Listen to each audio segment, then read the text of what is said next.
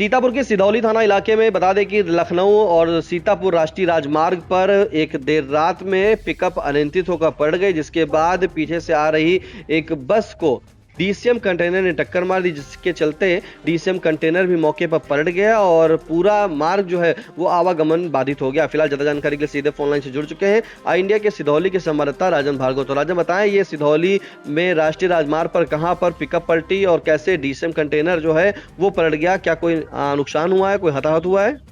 जी निशान जी, आपको बता दें सिधौली राष्ट्रीय राजमार्ग पर देर रात एक पिकअप जो है वो अनियंत्रित होकर पलट गई थी, जिसके बाद जो एक बस जा रही थी, क्योंकि आवागमन बाधित हो चुका था तो बस जो आवागमन था वो धीमा था, तो इस दौरान एक बस जा रही थी। इसी दौरान एक तेज रफ्तार डीसीएम नुमा कंटेनर था जो कि बस में पीछे से टक्कर मार दी और उसके बाद उसने जब इमरजेंसी ब्रेक लिया उस दौरान वो पलट गया, जिससे जो राष्ट्रीय राजमार्ग का एक लेन है पूरा बाधित हो गया।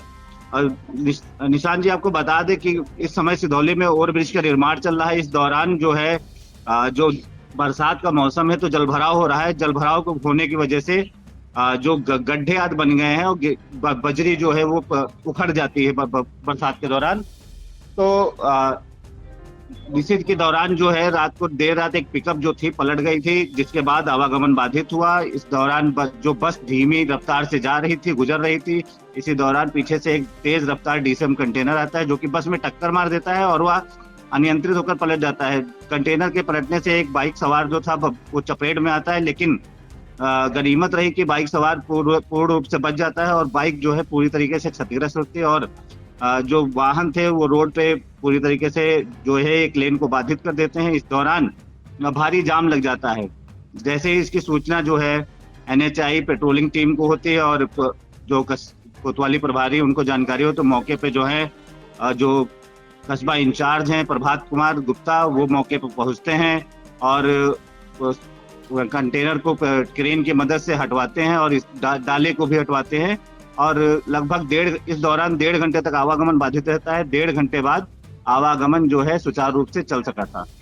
राजन, जैसा कि बताया जा रहा है कि बस को टक्कर मारी थी डीसीएम कंटेनर ने, तो कि बस में यात्री को चोटिल हुए या बस रात में ही रवानगी कर दी गई थी, कैसे क्या पूरी जानकारी है?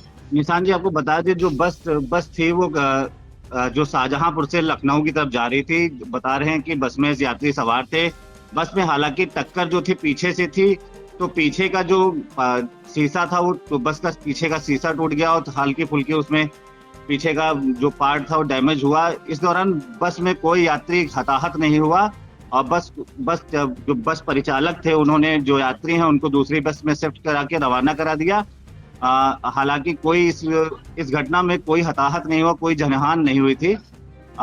यातायात जो है लगभग 1.5 घंटे बाद चल पाया। निशान जी, यातायात जो है करीब 1.5 घंटे बाद चल पाया। फिलहाल सिधौली से बड़ी जानकारी मिल रही थी जो हमारे संवाददाता सिधौली के जो है राजन भार्गव दे रहे थे। बताया जा रहा है कि जो सिधौली का बिस्वा चौराहा है वहीं रास्ते पर राष्ट्रीय राजमार्ग पर देर रात अचानक एक पिकअप जो है अनियंत्रित होगी। अनियंत्रित होने की वजह बताई जा रही है कि जो सिधौली का ओवरब्रिज बनाया जा रहा है वहीं पर बजरी काफी पड़ी थी, जिसके चलते पिकअप ओवरब्रिज की जो गिट्टियां पड़ी थी उसी गिट्टियों में से अनियंत्रित हो जाती है और तभी वहां पर करीब आवागमन जो है धीमे धीमे हो जाता है। लेकिन आपको बता दें कि पीछे से तेज रफ्तार में आ रही जो ट्रक थी उसी के आगे एक बस आ रही थी और बस में टक्कर मारती डीसीएम कंटेनर।